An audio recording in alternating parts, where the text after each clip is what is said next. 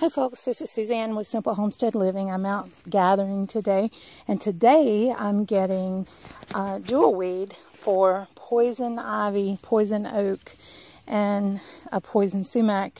Excuse me, not poison sumac, but poison creeping. Those people that are allergic to a Virginia creeper. Excuse me, I'll get that said in a minute. This is jewelweed. You can see this is a beautiful little bud. Let me show you a better one there. Isn't that pretty? It's got beautiful leaves. The stem is hollow here.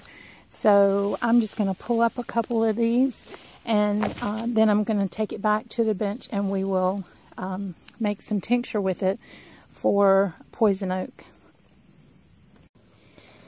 Okay, I'm back at the table with our jewelweed, and I'm just processing it now. What I like to do is bring the plant back to the table with a little bit of root on it.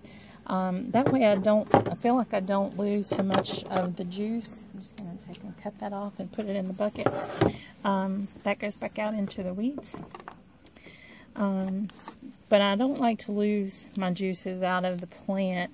I like to keep it as fresh as possible. So I knew it was going to be just a few minutes before I got back to the table.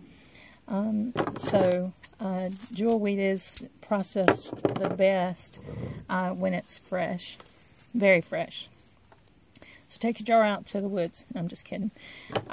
Jewelweed is also called touch me not. It's Impatiens capensis. And what I'm doing here is just taking my scissors. Some of these are a little bit tough. I'm just cutting about 1/2 inch to 1 inch size pieces. Yes, I use the leaves and the flowers just because I like to. You can use just the stems if you want to, but I like it like that. Now, this is an annual. You will usually find it growing near a bank in the woods, or right along the edge of the woods. It likes a little bit of shade. Now, it's not quite true that that jewelweed will always grow where you see poison oak or poison ivy, because jewelweed likes the shade. But now poison oak and poison ivy will actually grow in sun. This, as I said, this is an annual. It'll grow 3 to 5 feet tall. The leaves, I should have showed you this on a plant. The leaves at the bottom, as the stem grows, are opposite, and then as they get towards the top, they're alternate. You can't really tell with that one, but you can kind of see that those are alternate leaves. Jewelweed will, it's just wonderful for your skin. It will help with poison oak, poison ivy, stinging nettle, razor burn, bug bites, rash, like a heat rash. Now, I have found and have read in several studies that some people are allergic to alcohol when put in, as made a tincture with jewelweed. So I use just ordinary witch hazel. I have a witch hazel plant. My witch hazel plant is not big enough yet to make witch hazel, so I do purchase this. Now, I've got about a 1/2 jar going here. So this is a 50-50, 1-to-1, pretty much. So what I have in here, volume-wise, that's how much witch hazel I'm going to make. And I'll make a pretty good bit of this because I have, I'm deathly allergic to poison oak. Hate that stuff. It really gets me every year. And I thought I was going to get away with it this year, but lo and behold, I have a few little rashes. Now, you can take and put large stems like that. It's better to cut it.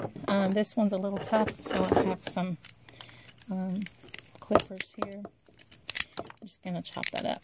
Now, once this, again, you stir this or shake it about once a day for about 6 weeks, 2 to 6 weeks on the witch hazel, and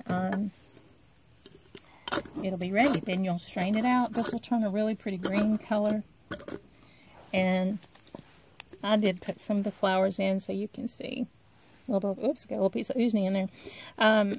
So you can see that this will turn a beautiful green color. I did have some, I don't know if you can see how that's turning green. But anyway, this is a wonderful plant for skin irritations. I make it into a salve. I also put it in oil, but you need to dry it a little bit first so you don't get a bacteria. All right, this is Suzanne with Simple Homestead Living. Again, I'm not a doctor. I just like to make things that make me feel good. Hope you have a good day.